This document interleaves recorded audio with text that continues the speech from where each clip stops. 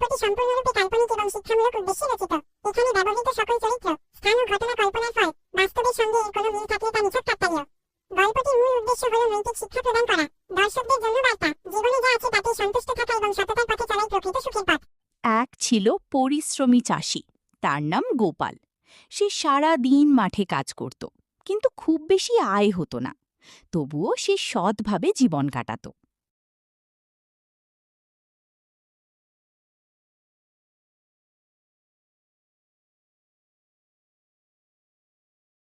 কিন্তু তার স্ত্রী কমলা ছিল খুব লোভী। সে সব সময় বলতো, তুমি এত পরিশ্রম করো, কিন্তু আমাদের কিছুই নেই। আমি অনেক ধন সম্পদ চাই। গোপাল শান্তভাবে তাকে বলতো, যা আছে তাতেই খুশি থাকো, বেশি লোভ ভালো না। এই কথা বলে গোপাল মাঠে কাজ করতে চলে গেল। একদিন গোপাল কাজ করতে করতে নদীতে জল খেতে গেল।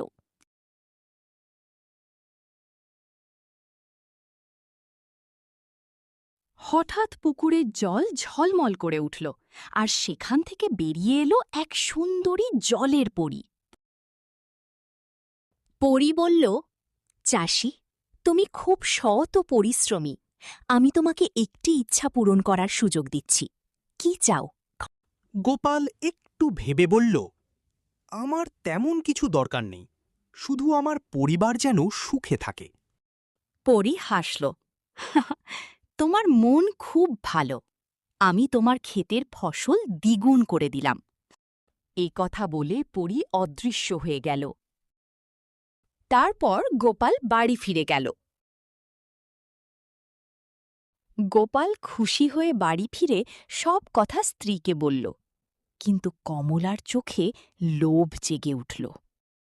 সে বলল, একটা ইচ্ছা? তুমি শুধু ফসল চেয়েছ?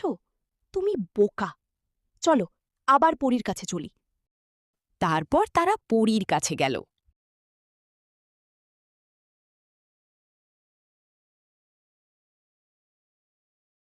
ও জাদুপরী, তুমি কি আমার কথা শুনতে পাচ্ছ?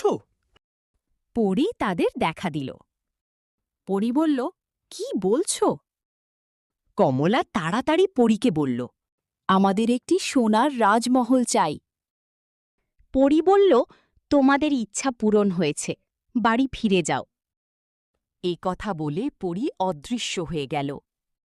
তারপর তারা বাড়ি ফিরে গেল।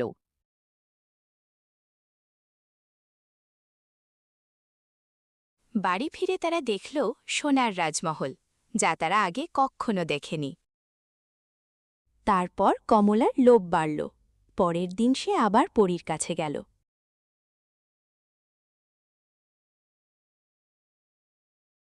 পুকুরে গিয়ে বলল, আমি গ্রামের রানী হতে চাই, সবাই আমার কথা শুনবে। এবার পরী রেগে গেল, তোমার লোভের শেষ নেই। তুমি যা পেয়েছ তাতেই খুশি হতে পারলে না, তাই সব কিছু আগের মতো হয়ে যাবে। এই কথা বলে পরী অদৃশ্য হয়ে গেল। এক মুহূর্তে সব উধাও হয়ে গেল, প্রাসাদ, সোনা, সব। তারা আবার আগের কুঁড়ে ঘরে ফিরে এলো। কমলা কাঁদতে লাগল, আমার সব চলে গেল। গোপাল শান্তভাবে বলল, আমি তো বলেছিলাম লোভ ভালো না।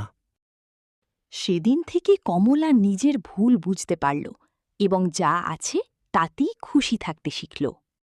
এর থেকে আমরা শিক্ষা পেলাম, অতিরিক্ত লোভ শেষ পর্যন্ত সব কিছু কেড়ে নেয়।